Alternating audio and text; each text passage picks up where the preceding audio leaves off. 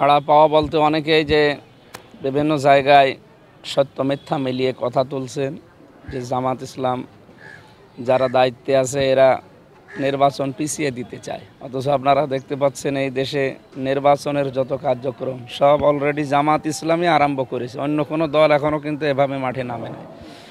আমরা সাড়া যা পাচ্ছি, আমরা অন্যদেরকেও আহ্বান জানাবো, আসেন আপনারাও মাঠে কাজ করেন।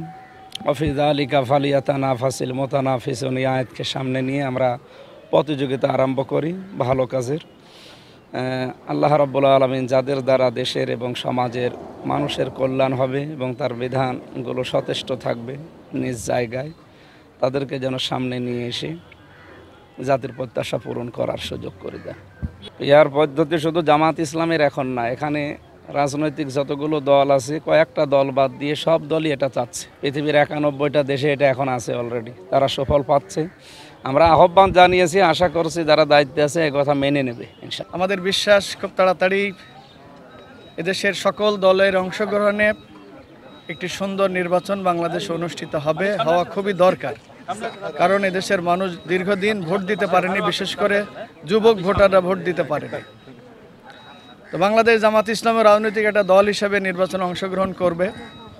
আমরা মনে করি এদেশের মানুষ অতীতে অনেক রাজনৈতিক দলকে ভোট দিয়ে তারা ক্ষমতায় বসিয়েছে, দেশ পরিচালনার জন্য তাদেরকে দায়িত্ব দিয়েছিল। তারা কিভাবে জাতির আশা আকাঙ্ক্ষা পূরণে কাজ করেছে, তাদের ওয়াদা প্রতিশ্রুতি তারা কতটুকু পালন করেছে মানুষ দেখেছে, জানে। সেই জায়গা থেকে বাংলাদেশে এই 24-এর বিপ্লবের পরে সাধারণ মানুষ মনে করে যে আমরা অতীতে যত দল দেখেছি ক্ষমতায় যারা ছিল তারা জাতির প্রত্যাশা পূরণে তেমন কাজ করতে পারেনি, তারা ব্যর্থ। সুতরাং এখন বাংলাদেশ জামাত ইসলামী একমাত্র দল আছে যারা কোনোদিন ক্ষমতায় যায়নি। তাদেরকে যদি আমরা দেই তাহলে হয়তো আমরা আশা করি ভালো কিছু পাব।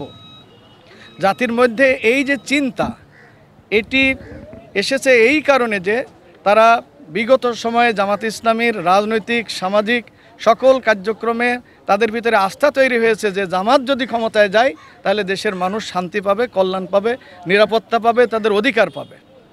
আমরাও এই কথা দিচ্ছি, বাংলাদেশ জামাত ইসলামীকে যদি আল্লাহ তাআলা মেহেরবানি করেন আর এদেশের মানুষ যদি ভালোবেসে এদেশ পরিচালনার যোগ্যতা দেয়, তাহলে এদেশের সকল মানুষ, হিন্দু, মুসলিম, বৌদ্ধ, খ্রিস্টান যারা বাংলাদেশের নাগরিক, প্রত্যেকটি নাগরিক তাদের শতভাগ অধিকার ফিরে পাবে ইনশাআল্লাহ। আজকে যে হাসপাতালে আমরা স্বাস্থ্য সেবা যে উপকরণ দিলাম, এই হাসপাতাল সহ বাংলাদেশের সকল হাসপাতালগুলোতে সরকারিভাবে যে সেবা দেওয়া দরকার, কিঞ্চিত সেবাও আজকে আপনারা রুগীরা পায় না। আমরা এই কথা দ্ব্যর্থহীনভাবে বলতে পারি, আল্লাহ যদি আমাদেরকে সুযোগ দেয় ইনশাল্লাহ এদেশের সকল অসুস্থ মানুষ হাসপাতালে আসলে তারা সকল ধরনের সুবিধা হাসপাতালে পাবে ইনশাল্লাহ। এদেশের সকল শ্রেণী পেশার মানুষের অধিকার ফিরে পাবে। কারণ আমরা দেশ পরিচালনা করব আমাদের ব্যক্তিগত কোনো আদর্শ দিয়ে নয়, আমরা দেশ পরিচালনা করব পৃথিবীর সকল মানুষের স্রষ্টা আল্লাহর আইন এবং বিধান দিয়ে। রসুল করিম সাল্লাল্লাহু আলাইহি সাল্লাম পৃথিবীর শ্রেষ্ঠ মানুষ তার নীতি এবং আদর্শ দিয়ে। সেই নীতি এবং আদর্শর কিঞ্চিত হলেও বাংলাদেশ জামাত ইসলামের কাছ থেকে দেশের মানুষ অনুভব করতে পেরেছে। তাই কথা বলার কোনো প্রয়োজন নেই যে জামাত ইসলামী ক্ষমতায় গেলে কি পাবে। জামাত ইসলামী ক্ষমতায় গেলে দেশের মানুষ তাদের সব অধিকার ফিরে পাবে ইনশাল্লাহ। আমরা দেশের মানুষকে আহ্বান করতে চাই, সম্মানিত দেশবাসী, আপনারা সব দলকে দেখেছেন, এইবারে নির্বাচনে জামাতকে দেখেন, ইনশাল্লাহ জামাত আপনাদের সকল আশা আকাঙ্ক্ষা পূরণ করতে সচেষ্ট থাকবে।